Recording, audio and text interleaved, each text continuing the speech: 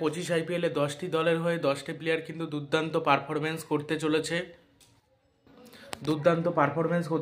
কোন কোন প্লেয়ার দুর্দান্ত পারফরমেন্স করতে চলেছে সেটাই কিন্তু এই ভিডিওতে বলবো। প্রথমে বলি যে চেন্নাই সুপার কিংসের কথা। চেন্নাই সুপার কিংসের হয়ে একটা থেকে দুটো প্লেয়ার কিন্তু জমজমাটপূর্ণ বা সেরা পারফরমেন্স করতে পারে। কোন কোন প্লেয়ার সেগুলো বলছি। প্রথম যে প্লেয়ার সেটা হলো শিবম দুবে। শিবম দুবে কিন্তু দুর্দান্ত ফর্মে রয়েছে। ইংল্যান্ড এবং ভারতের মধ্যে যে টি-20 সিরিজগুলো হলো সেখানে কিন্তু দুর্দান্ত পারফরমেন্স করেছে সে। এছাড়াও অন্য অনেক প্লেয়ার রয়েছে যারা কিন্তু ভালো পারফরমেন্স করতে পারে, কিন্তু চমক দেখাতে পারে কিন্তু দুবে। মাতিসা প্রার্থী রানা এই 2-3খানা প্লেয়ার কিন্তু চমক দেখাতে পারে। ঋতুরাজ গাইকোয়াড় তো ক্যাপ্টেন্সিও করবে, ঠিক আছে, চেন্নাই সুপার কিংসের হয়ে। চেন্নাই সুপার কিংসের কারা কারা ফ্যান আছেন সেটা অবশ্যই কমেন্ট বক্সে জানাবেন যে 2025 আইপিএলে কেমন খেলবে বা বেস্ট একাদশ কেমন হবে।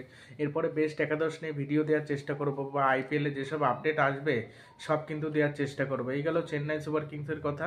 এবার চলে আসি কলকাতা নাইট রাইডার্সের হয়ে এইবারের আইপিএলে চমক দেখাতে পারে বরুণ চক্রবর্তী, স্পেন্সার জনসন কিন্তু বাঁহাতি একজন পেসার যে বিগ ব্যাশ লিগে কিন্তু ভালো খেলেছে, খুব ভালো পারফরমেন্স করেছে এই বিগ ব্যাশ লিগে, সেই জন্য কিন্তু নিয়েছে কলকাতা নাইট রাইডার্সের। অন্য দলের হয়ে কিন্তু দুর্দান্ত পারফরমেন্স করেছে স্পেন্সার জনসন। আইপিএল এর আগে গুজরাট টাইটান্সের হয়ে খেলেছিল, কিন্তু গুজরাট টাইটান্সের হয়ে ভালো খেলতে পারেনি, কিন্তু ভালো একজন player Spencer Johnson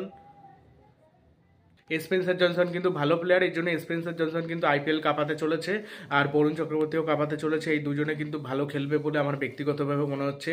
Kolkata night রাইডার্সের হয়ে এইসব প্লেয়ারই কিন্তু কাঁপাতে চলেছে 2025 আইপিএলে। 2025 আইপিএলের আর জাস্ট 1 থেকে 1.5 মাস বাকি, 1.5 মাস পরে কিন্তু শুরু হয়ে যাবে খেলা।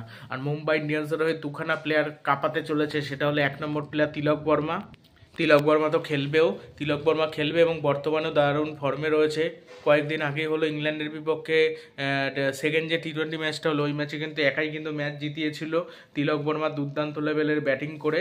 হ্যাঁ, যেখানে অন্য প্লেয়াররা খেলতে পারছে না সেখানে তিলক বর্মা খেলে কিন্তু ম্যাচ জিতিয়েছে। সেই জন্য তিলক বর্মা ভালো খেলেছে এবং ম্যাচ জিতিয়েছে, যার কারণে তিলক বর্মাকে কিন্তু নেওয়া হবে, মানে দলে নেওয়া হবে এবং ভালো খেলবে আশা করছি। আর যে প্লেয়ার ভালো খেলবে সেটা হলো উইল জ্যাক্স মনে হচ্ছে ভালো পারফরমেন্স করতে পারে।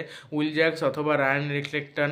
রোহিত শর্মা কেমন খেলবে বলা সম্ভব হচ্ছে না। হার্দিক পান্ডাও ভালো খেলতে পারে, চমৎকার পারফরমেন্স করতে পারে। হার্দিক পান্ডা রয়েছে মুম্বাই ইন্ডিয়ান্স দলে এবং ক্যাপ্টেন্সিও করবে কিন্তু হার্দিক পান্ডাও কিন্তু যথেষ্ট ভালো পারফরমেন্স করবে। সে এর আগে ক্যাপ্টেন হয়েছিল যখন ভালো পারফরমেন্স করতে পারেনি, কিন্তু এখন সে আশা করি ভালো পারফরমেন্স করতে পারবে। হার্দিক পান্ডা, সেই হার্ড হিটিং পান্ডিয়াকে মুম্বাই ইন্ডিয়ান্স দেখতে চায়। তো দেখা যাক মুম্বাই ইন্ডিয়ান্সের হয়ে কারা কারা কেমন ভালো খেলে। সানরাইজার্স হায়দ্রাবাদ সাউথ আফ্রিকা টি-20 লিগের ফাইনালে উঠেছিল, বাট ওখানেও হেরেছে। আইপিএলের ফাইনালে হেরেছে, মানে এই সানরাইজার্স হায়দ্রাবাদ আর ইন্টারন্যাশনাল ক্রিকেটে সাউথ আফ্রিকা, মানে হ্যাঁ, এই দুটো টিমের যে কী অবস্থা হয়, শুধু হারে, যেই ফাইনালে ওঠে হারে। সাউথ আফ্রিকার মহিলা দলও তাই হলো আন্ডার-19-এ। তারপরে যে মানে এই কিছুদিন আগে টি-20 ওয়ার্ল্ড কাপের ফাইনালে হারলো। আবার টেস্ট চ্যাম্পিয়নশিপের ফাইনাল সামনে আছে অস্ট্রেলিয়া আর সাউথ আফ্রিকার মধ্যে, ওখানে হয়তো হেরে যেতে পারে। মানে সাউথ আফ্রিকার ভাগ্য এত খারাপ, পুরো মানে ভাগ্য খারাপ আর কি বলবো। তাদের কপালে কাপ টাপ কিছুই নাই। যতই ভালো খেলুক না কেন তাদের ঠিক করা থাকে যে ফাইনালে গিয়ে হারবে, ফাইনালে গিয়ে কিন্তু হেরে যায় শেষ অবধি। এটাই আর কি হয়ে থাকে, তাদের কপালেই থাকে যে হারবো আমরা, ব্যাস সেটাই হয়ে থাকে, ঠিক আছে।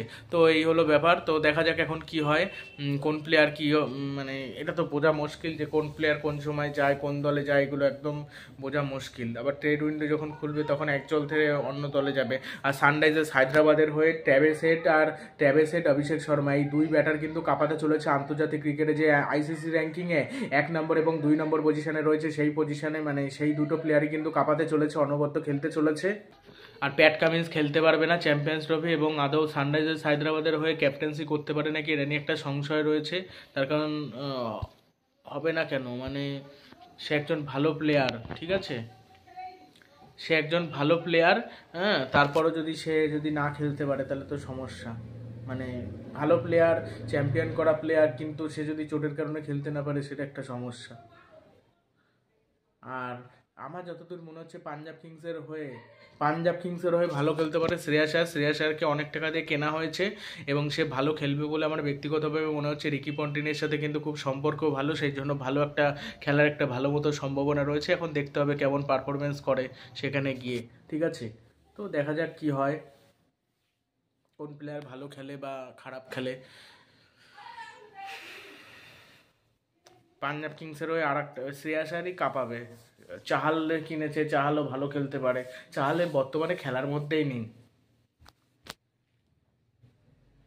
আর গুজরাট টাইটান্সের হয়ে বাটলার, গিল এদের ভালো খেলার সম্ভাবনাটা বেশি। এস রাদারফোর্ড বা গ্লেন ফিলিপস এদের যদি খেলায় 2-3 জন প্রথমে যারা টপ অর্ডারে ব্যাট করতে নামবে ওরাই রান করবে, ওরাই ভালো পারফরমেন্স করবে বলে আমার ব্যক্তিগতভাবে মনে হচ্ছে। এখন দেখা যাক কেমন পারফরমেন্স করে গুজরাট টাইটান্সের হয়ে। গুজরাট টাইটান্সের হয়ে ক্যাপ্টেন্সিটাও কেমন করে এটা দেখতে হবে। আগেরবার তো মোটামুটি করেছে গুজরাট টাইটান্সের হয়ে, মোটামুটি, একেবারে খারাপ না, একেবারে জঘন্য না, মানে মোটামুটি করেছে। এবার ওরকম পারফরমেন্স যদি করতে থাকে তাহলে আলাদা ব্যাপার, এটা দেখতে হবে কীরকম পারফরমেন্স করে বা খেলে বা কিছু।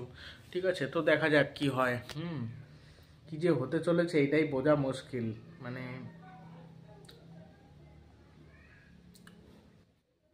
আর রাজস্থান রয়্যালসের হয়ে সঞ্জু স্যামসন কেমন খেলে এটা বলা যাচ্ছে না। সঞ্জু স্যামসন, রিয়ান পরাগ হয়তো ভালো খেলতে পারে, রিয়ান পরাগ, যশস্বী জয়সওয়াল এরা দুজনে ভালো খেলবে। ধ্রুব জুড়েল হয়তো বাজে খেলতে পারে, ধ্রুব জুড়েল হয়তো ভালো খেলবে না, হয়তো, সম্ভবত। দেখা যাক কেমন পারফরমেন্স করে। জয়সওয়াল ভালো খেলবে, জয়সওয়ালও ভালো খেলবে। ওইদিকে রিয়ান পরাগের একটা ভালো খেলার সম্ভাবনা রয়েছে। আবার জোফরাচ্চারকে নিয়েছে, জোফরাচ্চার তো একেবারে ফর্মে নেই, জানি না কেমন পারফরমেন্স করতে পারবে, হয়তো খারাপ পারফরমেন্স করবে, সেরকম ভালো হয়তো খেলতে পারলো না। ঠিক আছে, তো দেখা যাক কি হয়, মানে কেমন পারফরমেন্স করে এই দলের হয়ে, এগুলো দেখতে হবে। এগুলো খেলার বিষয় তো আগে থেকে কিছুই বলা সম্ভব হয় না, কোন প্লেয়ার কোন সময় ভালো খেলে। আর গুজরাট টাইটান্সের হয়ে নতুন যেরকম শুভমান গিল অধিনায়ক হয়েছে, মানে নতুন একজন অধিনায়ক, এবার সে যদি ভালো অধিনায়ক করতে করতে নাও পারে, এবার অধিনায়কত্বের অপশান না থাকলে তখন ওই অধিনায়কত্ব দিতে হয়। তবে আরসিবির অধিনায়ক শোনা যাচ্ছে রজত পাতিদার নাকি হতে পারে, আর আরসিবির হয়ে কাঁপাতে পারে রজত পাতিদার, বিরাট কোহলি, এরাই কাঁপাতে চলেছে। ভুবনেশ্বর কুমার যদি খেলে হয়তো ভালো করবে, আশা করছি। আর জয়সা জলুর আদৌ খেলতে পারে নাকি সন্দেহ, তার কারণ চোটের জন্য ছিটকে গিয়েছে, এই জন্য। দিল্লি ক্যাপিটালসের হয়ে কেএল রাহুল আমার যতদূর মনে হচ্ছে ভালো খেলার যেভাবে চেষ্টা করবে। জ্যাক ফ্রেদার ম্যাকগ্রেগো ভালো খেলবে, আর ক্রিস্টিয়ান স্টাফস ভালো খেলবে, এই কয়জন ভালো খেলবে বলে আমার মনে হচ্ছে। এই কয়জন, ক্রিস্টিয়ান স্টাফসও আগুন ঝরানো খেলা খেলতে পারে। আর ব্যাটিংয়ের ক্ষেত্রে টি নাটরাজান দুর্ধর্ষ ইয়র্কার দিতে পারে, টি-20তে একদম সেরা বোলার, ভালো করবে। মিচেল স্টার্কও ভালো করবে। তবে প্রথম দিকে হয়তো মার খেতে পারে, কিন্তু পরে ভালো বল করতে পারে, যেরকম করে সেরকমই কিন্তু করে, কাম ব্যাক হতে পারে। ঠিক আছে, তো দেখা যাক কি হয়। তবে পাঞ্জাব কিংসের একটা ভালো মতো খেলার সম্ভাবনা রয়েছে। যদি মানে কলকাতার রিকি পন্টিংকে কোনোভাবে কোচ করতো ভালো হতো।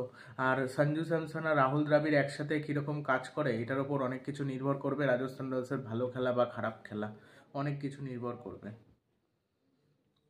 দেখা যাক কোন দল ভালো খেলে বা কিছু। এখন আর সময় পাচ্ছি না তো, আর মানে এরপরে আইপিএল যখন আসবে তখন বেশি ভিডিও দেবো, কোনো রিপোর্ট নেই, কি দেবো ভিডিও, ওই জন্য আর ভিডিও বানানোর সময়ও পাই না। প্লেয়ার আইপিএলে বেশি দাম পায় তাদের প্রতি আমাদের প্রত্যাশা থাকে যে সে প্লেয়ার ভালো খেলবে, সে প্লেয়ার একটা চাপের মধ্যে থাকে। এই যে লখনৌ সুপার জায়ান্টসের যে নিকোলাস পুরান ভালো খেলবে, টি-20তে পারফেক্ট ভালো প্লেয়ার, সে ভালো খেলবে, কিন্তু সমস্যা হতে পারে এই ইসের ক্ষেত্রে। ঋষভ পান্ত যেহেতু এত টাকা দিয়ে কিনেছে, সে যদি খেলতে না পারে তাকে কিন্তু সমস্যা হবে। তা আবার সন্দীপ গোয়েঙ্কার দলে কেএল রাহুলের মতো প্লেয়ারকে সরিয়ে দেওয়া, তারপর এমএস ধোনিকে একসময় সরিয়ে স্টিভ স্মিথকে অধিনায়ক করেছিল। সঞ্জীব গোয়েঙ্কা যা খুশি তাই করতে পারে, হয়তো পান্ত খেলতে না পারলে পান্তের সাথেও এটাই করবে। পান্তের ভালো পারফরমেন্স জন্য করতেই হবে, যেভাবে ও খারাপ খেললে হয়ে গেল, তাকে বাদ দিয়ে দেওয়া হবে।